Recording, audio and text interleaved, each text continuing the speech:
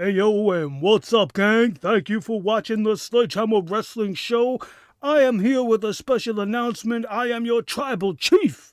I am the head of the table, the former big dog, the universal champion, Roman Reigns, and I just want to inform you that I am the best. All I know is to be the best. Me and my family are the best at everything, and that's why week after week on Smackdown, we come out and we do the same segments over and over and over again. We say the same things over and over and over again. And we are so good at what we do. It's still the most compelling thing on the entire show in all of the WWE, because that's what I do. That's why I'm the tribal chief. And all I want is for everyone to acknowledge me as the best. Nothing else matters on SmackDown ever, but acknowledge me as the greatest thing going right now. Rey Mysterio's next in line, and you can acknowledge the fact that I am going to destroy him. And now it's time for you to acknowledge that you are watching the best and funniest and most honest wrestling review show on YouTube today. That's the Sledgehammer Wrestling Show. So let me hand it over to my good friend Nick Nightmare and enjoy the rest of the show. Hoo-ah!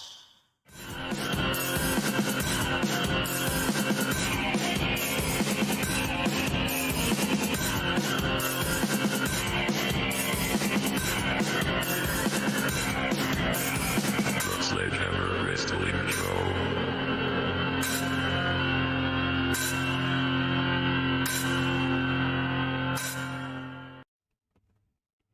Wow, I want to say thank you to the Universal Champion Roman Reigns for that fantastic opening intro. It's a shame to say that he's right, and at least he's honest. At least he's honest about it. We continue to see Roman Reigns and the Usos being the most entertaining thing on SmackDown, but when you get right down to it, it's essentially the same thing week after week. Roman's mad at Jay, Roman's mad at Jimmy, Jimmy's mad at Roman, Jay's caught in the middle, and there's a lot of really great promos and interactions and stuff between the family, and it gets really intense and really uncomfortable, and it's really intriguing, and it's really great. And it gets you invested, but where is it really going, we don't know, because at the end of the night, we got Roman Reigns being challenged to a Hell in a Cell match by Rey Mysterio due to his actions last week when he eviscerated the giant baby son, Dominic. Now, as much as I enjoyed how they went about kind of sending this up, and one of the greatest things you will ever see is what Roman Reigns did to Dominic Mysterio tonight. If you thought Kevin Nash throwing Rey Mysterio into a lawn dart back in WCW Nitro days was impressive, you've got to see Roman Reigns pick up Dominic Mysterio and throw him about 20 feet from the ring right onto the entrance ramp. It was a phenomenal feat of strength. It was great. It's really ramping up this Roman versus Rey thing, which just kind of started, right? It just happened. And I could respect where WWE's going, Rey being the father in the scenario, wanting to be in a situation where he could inflict the most punishment he possibly can on the person that hurt his precious giant baby son. So he wants to have his match with Roman inside Hell in a Cell. This is not about the Universal Championship. This is pretty much about vengeance for Rey Mysterio. Does it call for being in the Hell in a Cell, really, though? It does not. It doesn't have that feel. I mean, even Drew and Bobby, as much as we don't want to see them again, at least they have a long-standing feud. It's been built up and built up over the course of the last few months, dating back to WrestleMania time and maybe even a little before. So it makes more sense to have them end things in the cage. Having this match in the cage just is WWE finding a reason to put Roman in a cage match. Because this sudden Rey Mysterio feud has pretty much come out of nowhere. Let me fix my hat. I didn't realize it was crooked there, but nothing wrong with that. But I want to look sharp for you guys, as always. As my analysis is always pretty sharp, because that's the bottom line when it comes to Rey Mysterio challenging Roman Reigns in the Hell in a Cell. It has nothing to do with Stone Cold. It's not because Stone Cold said so. It's just because Vince wants Roman in the cage. It reeks of the way the WWE's been booking Hell in a Cell for the last few years.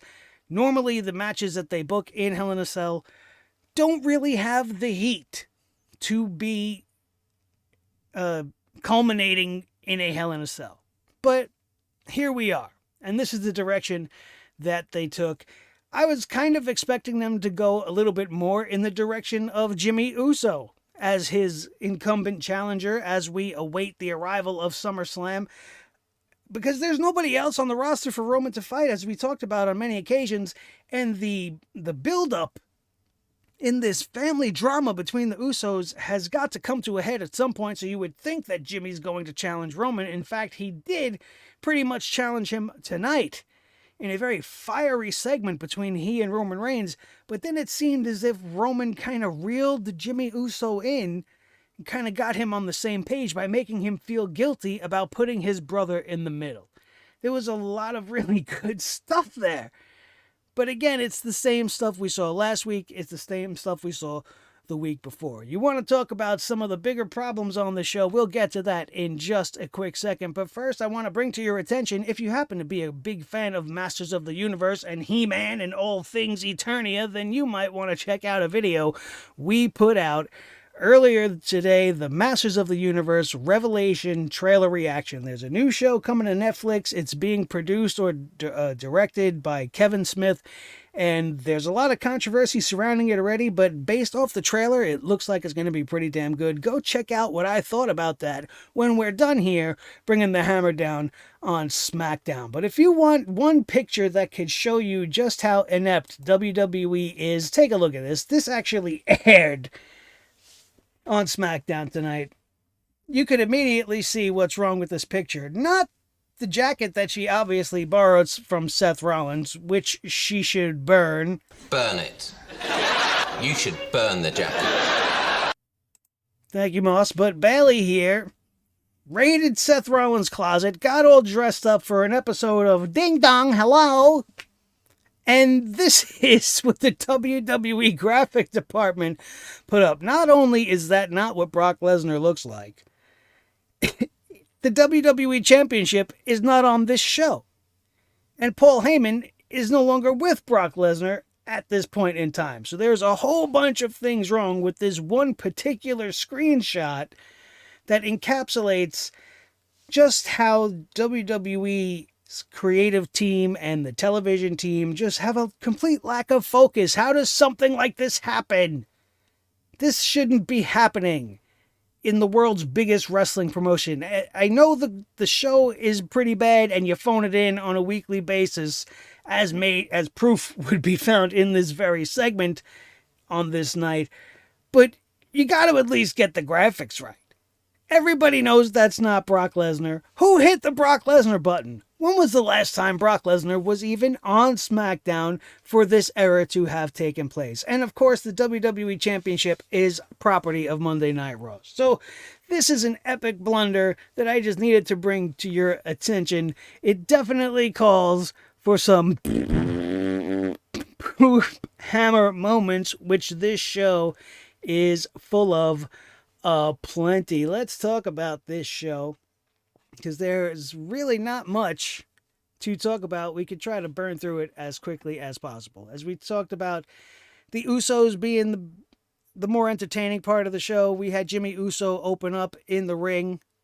Roman and Jay were in the back talking, and all of a sudden the Usos music hit. We would cut to the ring. Jimmy Uso was there talking about how last week should have been a celebration and that the Usos should have won the World Tag Team Championships, but he believes that Roman Reigns actually got them disqualified in the rematch main event on purpose so that he didn't have to share the spotlight. This was an interesting take on it coming from Jimmy Uso. This obviously didn't go well with Jay and Roman in the back. Jimmy Uso told Roman Reigns that he could find him in our locker room so that they could discuss things further, which would happen later on in this show. We then had the return of Big E, which was great to see that they remembered Big E was part of this show again. They put him in this angle with Aleister Black, which now has gone nowhere because Aleister Black finds himself on the unemployment line waiting for his 90 days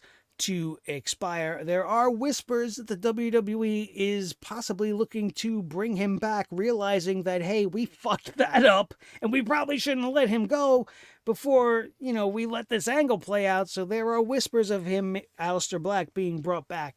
But until then, they still had to do something with Big E, and they couldn't think of anything creative or anything new, and they didn't just throw him right back at Apollo Crews. They threw him in a tag team matchup. They teamed him up with Kevin Owens once again to have a rematch against Sami Zayn and Apollo Crews, with Commander Yabba Dabba Aziza on the outside. This was a good tag team match. These guys always put on some great matches, and as good as the in-ring action is, I've seen this already. This is also just another time we're seeing these four men in the ring together, playing off their fatal four-way that they just had for the Intercontinental Championship. And of course, it goes to Kevin Owens and Big E getting a big win. Good for E getting a win on his return in this good match. But in the end, we had Sami Zayn doing his Sami Zayn thing. He started to blame Apollo Crews for dropping the ball. Ended up getting a Nigerian nail. And that was that. We then had a recap of the Alpha Academy and the Street Profits and all of the stuff that's been going on there. Now, my attention with this is in and out because I like the dynamic that they're trying to build between Otis and Chad, and it could be really good if they go about it the right way, and they took some good steps in the right direction here tonight. But really, when I see this, it just makes me long for the days of American Alpha. And could you imagine what American Alpha could have done against a team like the Street Profits? And I'm not trying to take anything away from Otis, but, let's just think back. If we had all the proper tag teams in place, and this is a fantasy because Jason Jordan's not even able to wrestle anymore, but imagine, if you will, if in an alternate universe somewhere that Otis is with Tucker in Heavy Machinery, and then Chad Gable is with Jason Jordan in American Alpha, and then we have the Street Profits, and those three teams in a triple threat match, ladder match, or any sort of a program involving those three teams for the world title would have been epic. Epic. But instead we're getting this, and they are making certain changes and making certain steps that have this showing to have some potential here. But I don't know exactly how far it's going to go. This was, again, though, a repeat of a lot of the stuff we've been seeing. Chad Gable approach the Street Profits in the back. He apologized for Otis beating them up last week. He's pretty much continuing to try to recruit them. The Street Profits continue to mock the guy. So he challenged Montez Ford to a one-on-one match later on in the evening. He then added the caveat of Otis will stay in the back if he agrees to have his partner stay in the back. So this was agreed to, and we are going to have this match later on tonight. We then go to we don't give a shit territory as WWE did the 50-50 booking dance. 50-50 booking dance because we don't know how to book pro wrestling. I don't know where that came from, but that's a gift for you just for watching this show. We had Liv Morgan defeating Carmella because last week Carmella defeated Liv Morgan, and now, this is just what the WWE does. 50-50 booking, nobody really wins, nobody really gets over, and the most cringy part of this whole thing, for once, was not actually the wrestling. This was fine. It could have been given a little bit more time if you want to make Liv Morgan look like she actually means a little bit more to the women's division than she does, but this was all about Carmella's new gimmick, and even though she's being announced to the ring as the most beautiful woman in the world, she goes out there, gets her ass kicked, tells Michael Cole to announce that she's the most beautiful woman in the world so that they can go to commercial. And then at the end of the match, after she loses, she goes back and tells him again, make sure to tell everyone she's still the most beautiful woman in the world because she doesn't give a shit that she lost, as long as she's still pretty. And I don't know about you personally, but in my world, she doesn't even come close to being the most beautiful woman at all. This was unnecessary and boring. As was Ding Dong. Hello.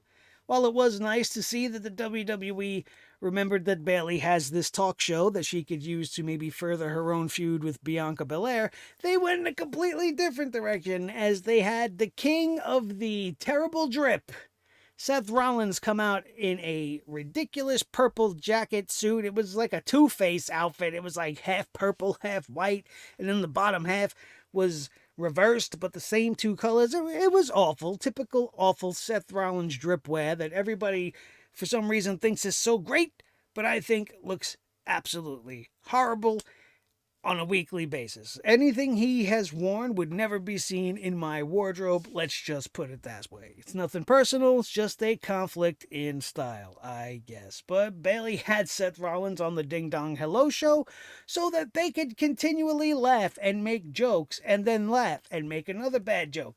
And they laugh and then they watch some footage. And they came back from the footage and they were all serious. And then they started laughing again. And then there was a ding-dong at the door, and then, predictably, I automatically assumed it was going to be Cesaro, because what other reason would there be for Seth Rollins to be out there? Seth Rollins answers the door, gets beat up by Cesaro, destroying the ding-dong hello set. Bayley's all upset about it. She's trying to piece it back together as Bianca Belair's music hits. Bianca Belair comes out because now, we have to decide to push the women's title. We wasted Bayley laughing with Seth Rollins, but, we're going to have Bianca Belair come out just for a few seconds. She came out and just started laughing.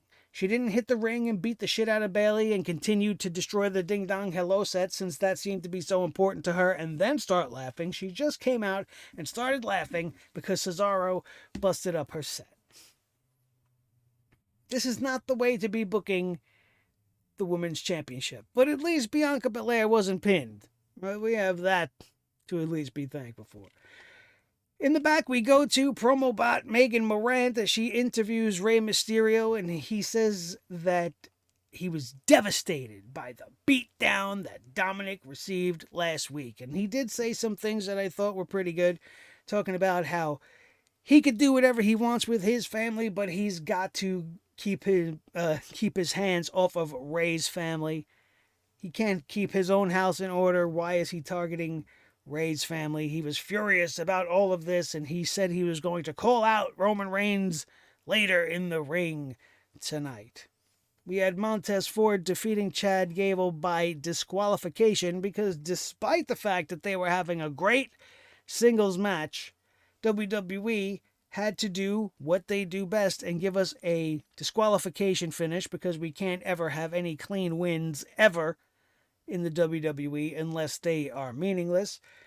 So he promised not to come out to the ring with Chad Gable, but Otis came out to the ring anyway after he beat up Angelo Dawkins in the back, who was watching the monitor cheering on Montez Ford as he was in this great match with Chad Gable.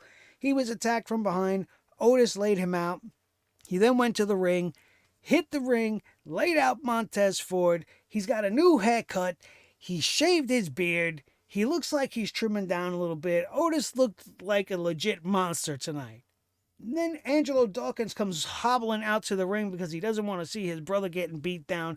And Otis beats him to the punch before he could even get in. He was still hurt. He was selling his ribs. He was walking all hunched over like the hunchback. He tried to get in the ring only to get thrown back out by Otis. And then Otis would continue to attack Montez Ford, landing a vicious splash on this guy. And it really put some heat on this team. If there were fans in the crowd, it would have really felt a lot better. I can't wait for that to happen and for July to just get here so we can get back to a little bit of normalcy. I'm done with the screens in the background and the canned audio. I want some live feedback. But this was good. This was a good way to build this feud. This feud has nothing to do with the tag team championships, and it's a great way to establish who the true number one contender is. These are two teams that want a shot at the title. Otis and Chad Gable are finally coming into their own, and they're making a statement. So you can't really say anything too negative about it, except for the fact that it's just repeat stuff. We've been seeing these guys fight each other week in and week out, but it seems like there's finally some meat to the bones that we could sink our teeth into, so we'll give it a little bit of a pass tonight. Not the worst thing, not terrible, not great, but passable. I'll accept it. We got to see where they go, and hopefully they don't ruin it before it even gets started. Talking about ruining things, you ruined the whole entire aura of SmackDown as soon as I see in the ring Constable King Dickhead Baron Corbin, who is being booked to fight Shinsuke Nakamura once again on this episode of SmackDown. This will be the fourth time we are going to see these two face off.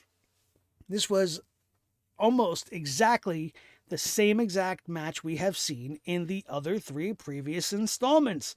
The one thing that made it even less important is the fact that they didn't even have Shinsuke come out with his entrance with the Boogs.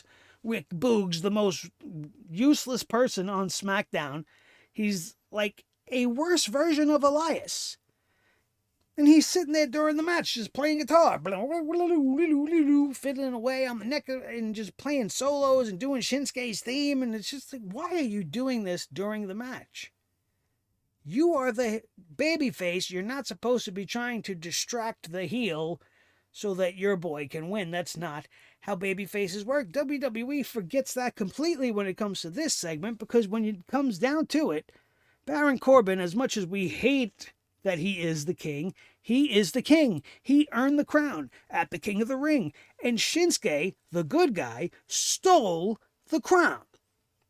Baron Corbin has gotten his crown back on multiple occasions, only to have the good guy continue to either cheat his way into getting that crown back by having Rick Boogs involved in a 2-on-1 situation for Shinsuke to steal the crown of the guy who's actually the king, just because he calls himself the king of strong style, but he actually has no claim to the crown. He's a fucking thief. He's a thief, and Boogs is an accomplice. And I hate this even more so for the sheer fact that the WWE is making me feel bad for Constable King Dickhead. He's 100% right. He's right in this instance. There is no reason for any of this. And why WWE management hasn't done anything about it is beyond Baron Corbin's understanding, as well as it's beyond me. Why wouldn't they make Shinsuke give the crown back to the King of the Ring? No. So Baron Corbin gets beat again tonight by Shinsuke, thanks to some ridiculousness by Boogs on the outside, as usual. They're feuding over the crown, Michael Cole says, when it shouldn't be. The crown is not a title belt. It's not the $1 Million Championship. It's not something that's transferable through wins and losses. It's established at King of the Ring, and it ends whenever the WWE decides it ends. But in the back, King Corbin approaches Adam Pearce and Sonya Deville, and he's pissed off about what's going on, and he confronts them about it, and they laugh in his face. They laugh in his face. They pretty much see this storyline for the joke that it is, and they're kind of like, oh, well, you know, Shinsuke is the king of strong style, making jokes, and this angered Corbin even more. Adam Pearce is like, no, this is serious business. We're not going to make fun of you anymore, and I'll give you a match next week. You and Shinsuke in a battle for the crown. Battle for the crown? It's his fucking crown. Why does he have to fight somebody for something that's already his? This isn't a championship. There's nothing at stake here. It's a toy fucking crown. Well, the crown looks good on Shinsuke. Is that really your take from this? The man stole somebody else's property, and he's a fucking joking around. And now he has to go out there and beat this guy again. And then Adam Pearce has the balls to be like, well, you know, you guys are 2 wins even. You're even. Because, the 50-50 booking dance rears its ugly head. And we got to have the 5th match in the series, and the winner will get the crown. Winner gets the crown? What kind of shit is this? Is this how they're going to get the crown off of Baron Corbin? I'd rather him have defended it at a new King of the Ring, or just fucking give it up. Give it up. Have them say, well, your term is ended. It's time for a new King of the Ring. Don't do this. And now if Shinsuke wins on Smackdown next week, it's not even going to happen at a pay-per-view. That's how unimportant it is. But if he wins on Smackdown next week, he's going to be the king from this point forward. That's not how this shit works. Then we had the really great segment in the back where Roman had both Usos in his sights. It was very interesting because they played off of real life here. Jimmy Uso was trying to convince Jay that Roman's just doing what he always does, man. He did this when they were kids.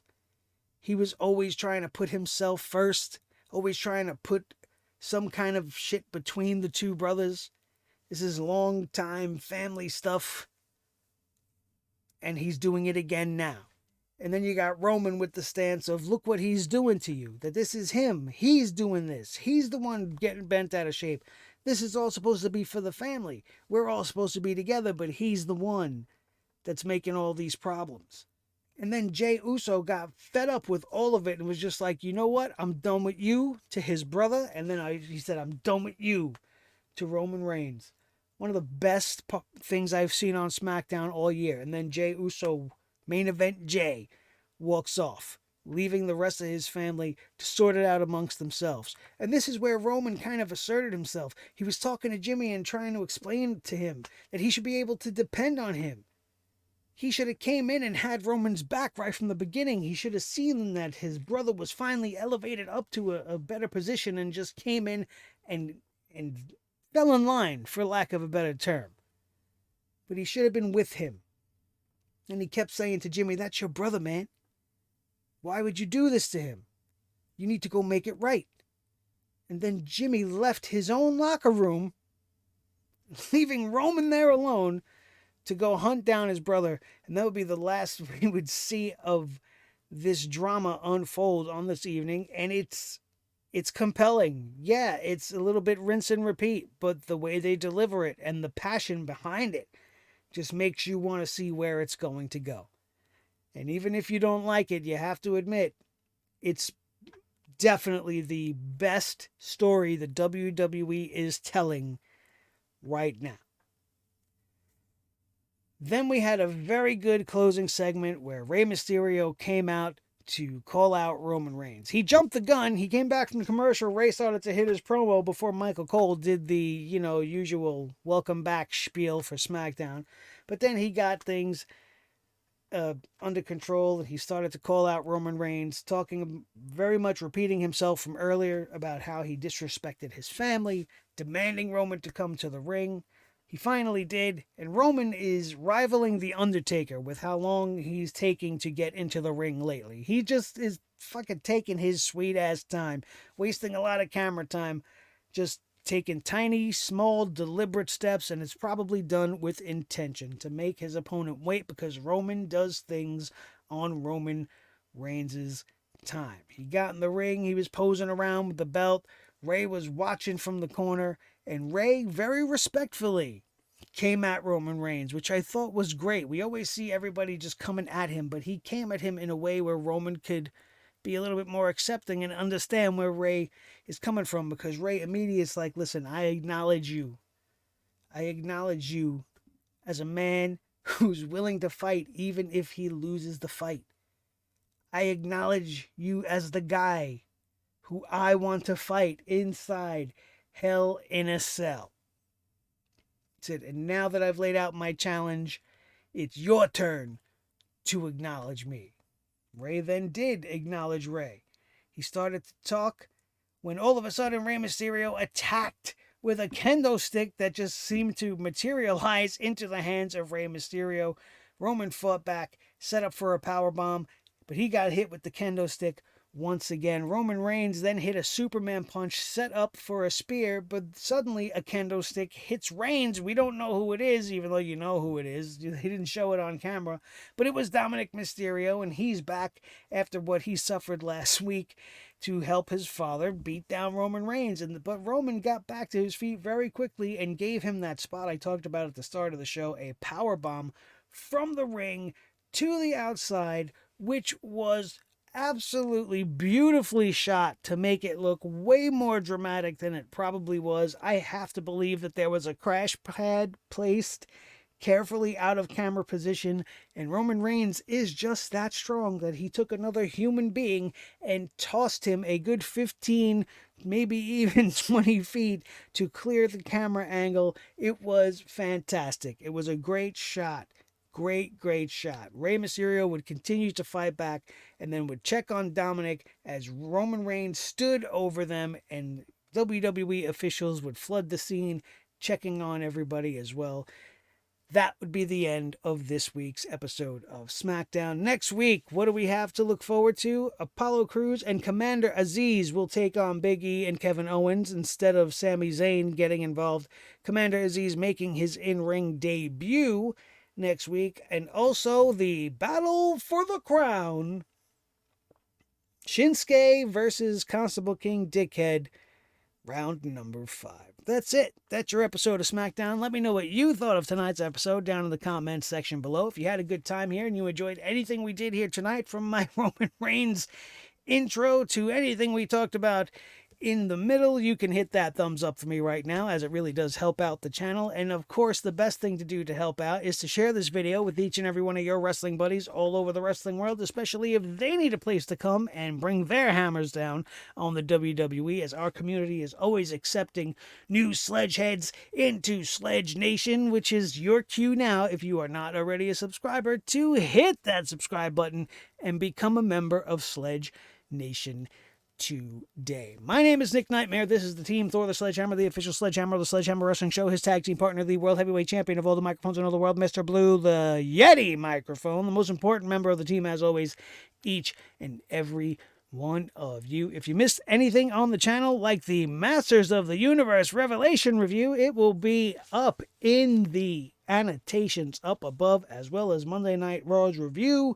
our Resident Evil gameplay, and so much more as we continue to expand on this channel. Make sure, if you do check out the Masters of the Universe, you leave a like and a comment so that I know you were there, and I will continue to do more stuff for this channel besides wrestling, because wrestling, for the most part, sucks. We all know that. So let's try to expand. And let me know if you enjoy that as well. That's going to do it, my friends. Thank you all so very much. We are out of here, and we will see you next time right here on your new favorite wrestling show, the Sledgehammer Wrestling Show, only on Sledgehammer TV, right here on YouTube.com.